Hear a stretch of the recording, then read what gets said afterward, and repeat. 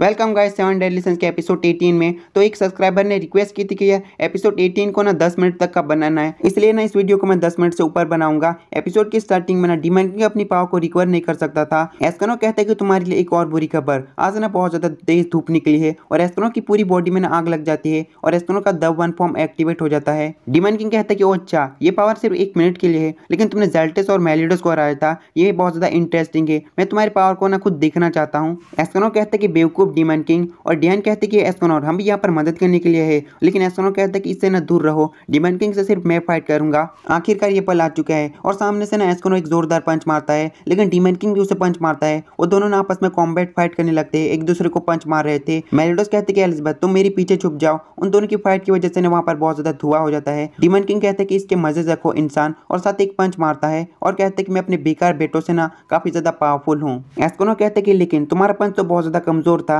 और साथ एक पंच मारता है और कहते हैं कि तुम्हारे पंच में ना मुझे कोई भी फीलिंग या दर्द महसूस नहीं हो रहा, तुम काफी कमजोर हो। और डीमन किंग और वो दोनों फाइट करने लगते हैं। एस्कनो उसे इतना सर से मारता है जिससे ना डीमन किंग के मुंह से ब्लड निकलना शुरू हो जाता है। डीमन किंग भी पंच मारता है जिससे एस्कनो घायल हो जाता है। डियान कहती है कि एस्कनो के अटैक से ना डीमन किंग को ज्यादा फर्क नहीं पड़ रहा, ये एस्कनो का ना सबसे ताकतवर रूप है। गौथर कहता है कि फिर भी एस्कनो के पंच से ना डीमन किंग को चोट लग रही है और डीमन किंग और एस्कनो फाइट कर रहे थे। और बान कहता है कि दिक्कत अब आने वाली है और एस्कनो का ना द वन फॉर्म चले जाता है। डीमन किंग कहता है कि मैं तुम्हारी तारीफ करता हूँ, इस धरती पे ऐसा इंसान है ना जो डीमन किंग को पंच मार सकता है और उसे घायल कर सकता है, लेकिन तुम्हारे जीतने का चांस नहीं है। और साथ एक पंच मारते हुए कहता है कि तुम्हारा टाइम खत्म हुआ, वैसे भी तुम ना मुझे 1 मिनट के अंदर कभी नहीं हरा पाओगे। और साथ ही ना एस्कनो कहता है कि दोस्तों मैं अपने वादे को पूरा कर पाऊंगा। और एस्कनो की बॉडी में दोबारा आग लग जाती है और डियान कहते हैं कि एस्कनो के साथ ये क्या हो रहा है। एस्कनो द वन फॉर्म को ना 1 मिनट से ज्यादा यूज कर पा रहा है। मेलिडस कहता है कि अब तुम ये मत कहना एस्कनो, और इसी के साथ सीन जाता है पास में। अब हमें एस्कनो की स्टोरी का पता चलेगा। एस्कनो का ना लियोनेस किंगडम के होलनाइट ने पकड़ रखा था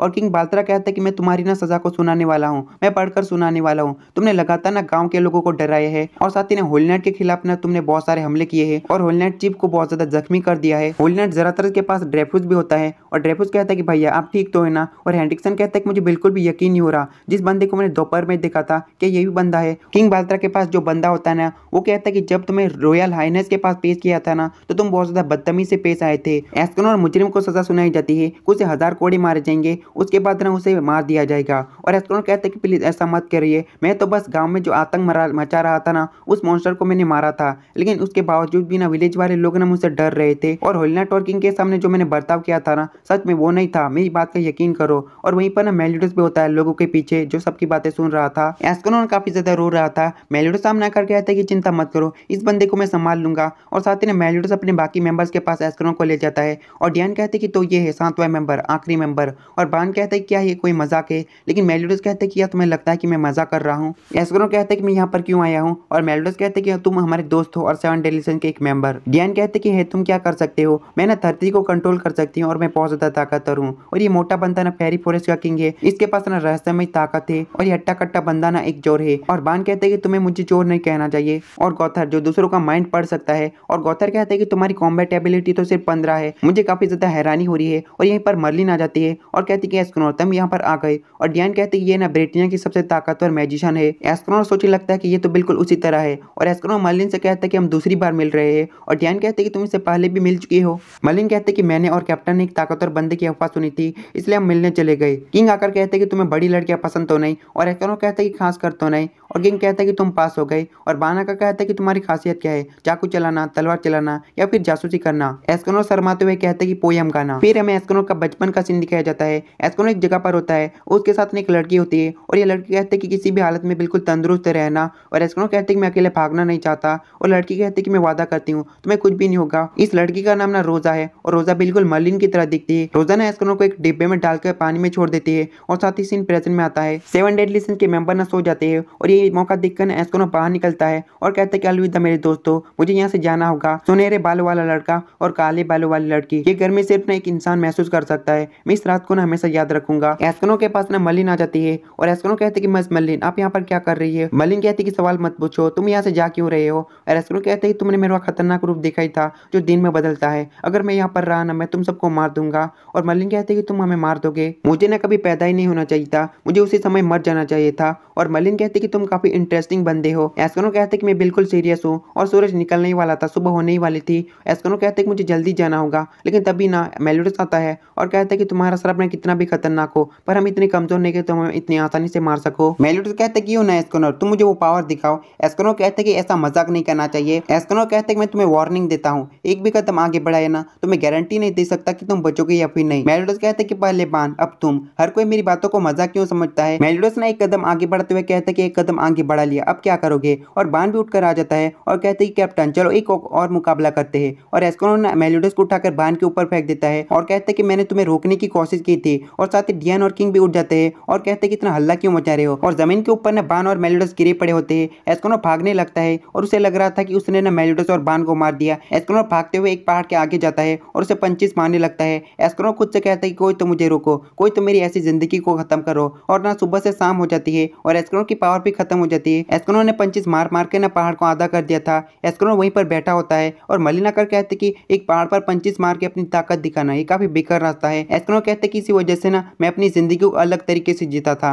लेकिन अगर कोई तुम्हारा मदद करता है ना तो बहुत ज्यादा अच्छा लगता है। उसी पल मैंने फैसला किया कि मैं दूसरों के लिए अपनी ताकत का यूज करूंगा और लोगों की मदद करूंगा। लेकिन उसके बावजूद भी ना लोग मुझसे डरते थे और भागने लगते थे। इस श्रापित पावर की वजह से हमेशा मैं अकेला था। और मलिन कहते कि क्यों ना हम एक साथ हो जाए, दोस्त बन जाए और इस पावर को कंट्रोल करने का हम तरीका ढूंढ लेंगे। एस्कनो कहते कि तुम उसकी तरह दिखती ही नहीं, तुम्हारी बातें भी ना बिल्कुल उसकी तरह है। उसने भी मुझसे ना अच्छी अच्छी बातें कही थी और तुम्हारी आंखें ना बिल्कुल उसकी तरह दिखती है, लेकिन मैं इसके लायक नहीं हूँ। मैंने ना तुम्हारे दो साथी को मार दिया था, मेरे हाथ ना खून से रंगे हुए हैं। लेकिन तभी मेलियोडस और बान आकर कहते कि तुमने किसको मारा। मेलियोडस और बान को देखकर ना एस्कनो पूरी तरह से चौंक जाता है और मलिन से चिपकने लगता है और कहते कि तुम दोनों जिंदा कैसे हो। और साथ ही गौथर और डियान भी आ जाते हैं और मेलियोडस कहते कि हम भी ना बिल्कुल तुम्हारी तरह ही है, हम सभी ने ना कोई अपराध किया हुआ है, हम अपने पापों का ना पश्चाताप कर रहे हैं, तुम्हें भी 7 डेडली सिंस में शामिल हो जाना चाहिए। एस्कनो कहता है कि अगर तुम चाहते हो तो मैं बता दूं, मैं इस पावर को कंट्रोल नहीं कर सकता और ये पावर ना हर किसी को ना चोट पहुंचाती रहती है। ये पावर मुझे हमेशा से चाहिए ही नहीं थी, तुम्हें क्या पता मैंने क्या क्या सहा है। गौथर एस्कनो का दिमाग पढ़ लेता है और कहता है कि तुमने किंगडम ऑफ कास्टेलिया के प्रिंस को बाहर फेंक दिया, तुम बस एक लौती एक लड़की पे विश्वास करते थे जो थी नौकरानी रोजा,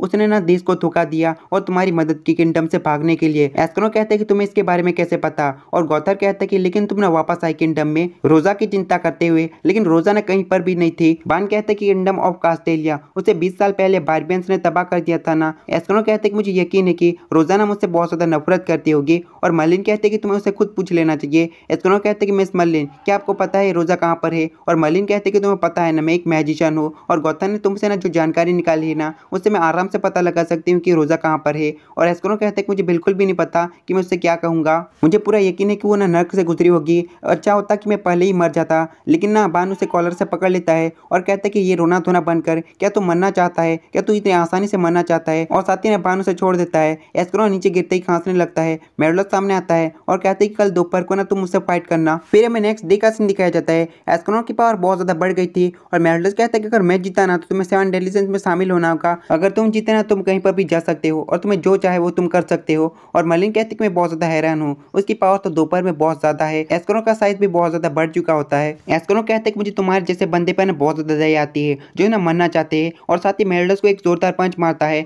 और मेलियोडस भी अपने डिमोनिक पावर को रिलीज करता है। मेलियोडस बस एक अटैक करता है और एस्कनो को जमीन पर गिरा देता है। एस्कनो के गले पे ना पैर रख लेता है और कहता है कि अगर तुम सच में मरना चाहते हो ना तो मैं तुम्हारे शरीर से ना जान को निकाल लूंगा। मेलियोडस एस्कनो के गले को और भी ज्यादा दबाने लगता है और कहता है कि तुम्हें दर्द महसूस हो रहा है इसलिए क्योंकि तुम जिंदा हो, तुम ये सब कुछ इसलिए महसूस कर पा रहे हो क्योंकि तुम्हें रोजा ने बचाया है, तुम्हारी जिंदगी एकदम बेकार है अगर तुम अपनी जिंदगी को इतनी आसानी से खत्म कर लो। रोजा चाहती थी कि तुम जिंदा रहो और साथ ही एस्कनो के मुंह से ब्लड निकल रहा था। एस्कनो ना मेलियोडस के सामने बहुत ज्यादा लाचार था। एस्कनो कहते कि फिर भी मैं जीना चाहता हूँ और मेलियोडस अपने नॉर्मल फॉर्म में आ जाता है और कहते कि कभी भी अगर तुम बेकाबू हो जाओ ना तो मैं हमेशा तुम्हारे साथ रहूंगा तुम्हें नॉर्मल करने के लिए। एस्कनो कहते कि मैं जानता हूँ मैं ही तुमसे हार गया और मैं घमंडी था, लेकिन मेरी एक रिक्वेस्ट है। नेक्स्ट सीन में एस्कनो एक अच्छी सी जगह पर होता है। एस्कनो कहते कि सोचा नहीं था कि ब्रिटानिया में भी ऐसी जगह होगी। एस्कनो के पीछे से एक आवाज आती है और ये आवाज ना रोजा की थी। रोजा कहते कि काफी समय बाद मिले एस्कनो। एस्कनो कहते कि ये आवाज क्या ये रोजा है। और रोजा कहते कि तुम मुझे अपना चेहरा क्यों नहीं दिखा रहे। और एस्कनो कहते कि मुझे यकीन है अगर तुम मेरा चेहरा देखोगी ना तो तुम्हारे हाथ सिर्फ निराशा ही लगेगी।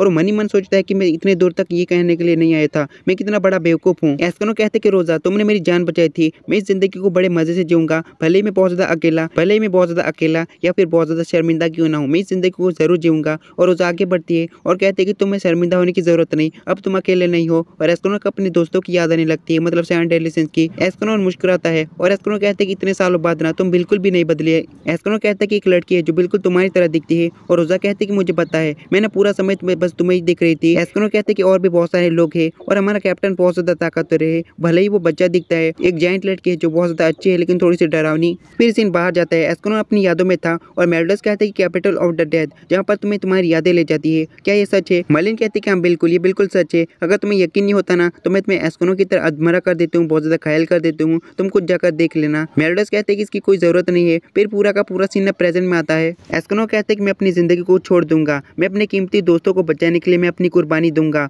और मेल्डस कहते हैं कि सनशाइन की मैजिकल पावर नहीं है, एस्कनोर ना खुद की एनर्जी को मैजिक में बदल रहा है। एस्कनोर का प्लान है अपनी सारी लाइफ एनर्जी को खत्म करने का। इसके साथ ये वाला एपिसोड खत्म होता है, लेकिन 7 डेडली सिंस के हर एपिसोड के लास्ट में ना एक फनी सीन आता है, तो मैं आज उस छोटे से सीन को भी नहीं छोड़ूंगा। एस्कनोर काफी शर्माते हुए कहते हैं कि मेरी खासियत है पो पो। गॉथर कहते हैं कि पोल डांस और किंग कहते हैं कि पोकर और बान कहते हैं कि क्या पॉइजन। डियान कहते हैं कि पोर्ट प्योरी। पोर्ट प्योरी एक जापानीज भाषा का शब्द है, इसके बारे में जानने की जरूरत नहीं। और ये सारी बातें एस्कनोर हॉक से कह रहा था। हॉक कहते हैं कि सब लोग बेवकूफ है, इसके बारे में मुझे पता है, जल्दी पोटैटो खाना। देखा मैं कितना ज्यादा जीनियस हूं ना। एस्कनोर कहते हैं कि बिल्कुल भी नहीं, पोयम कविता गाना। तो इस फनी सीन के साथ ये वाला एपिसोड खत्म होता है।